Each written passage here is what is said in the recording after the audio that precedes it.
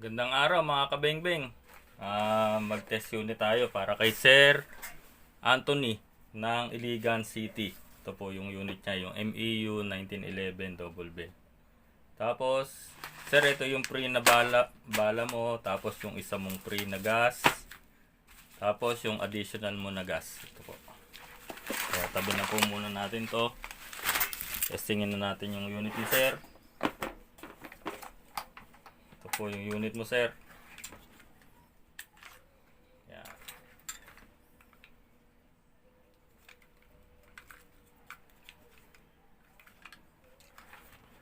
Yung magazine mo, Sir. Sir, yung magazine mo, wag mo nga alisan ng gas para iwas leak po tayo, no? Dito sa inlet valve, dito sa base, saka dito sa outlet. Nakita po ulit tayo ni Sir Anthony. So, siya po ay nag-order dun sa una nating page. So, another order po niya ito. Buti nakita niya kami. Sir Anthony, maraming salamat na tagpuan mo uli yung ating bagong page.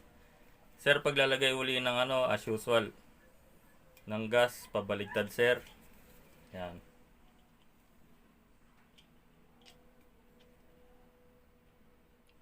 Five to 8 seconds lang to, sir. Maliit lang naman tong magazine. Yan. Tapos, paglalagay ng bala, baba mo lang, sir, yung follower.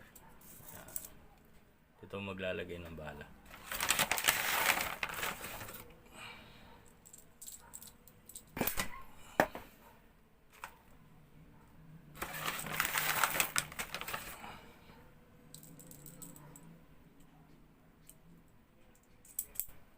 O, ayan, sir.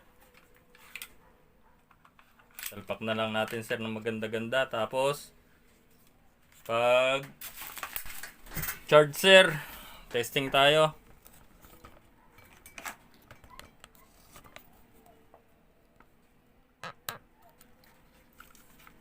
Charge tayo, sir.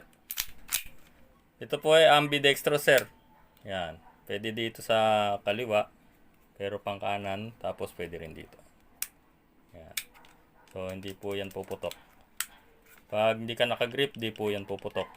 Yan. Pag nakagrip ka, fire in the hole tayo. Lock.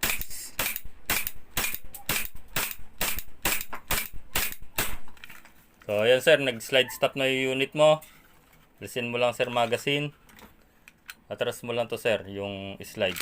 Okay, tsaka ang pakawalan. Tapos, yung hammer, sir, para naka-rest position, kalabitin mo lang po yung trigger. Para pag tinago mo, sir, hindi nakangawit yung spring. Okay. Yan, sir, yung unit mo. Pa-ship na po natin to papunta sa inyo, sir.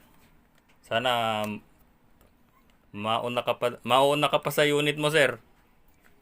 Pauwi pa lang po si Sir Anthony. Galing po siya sa ibang bansa.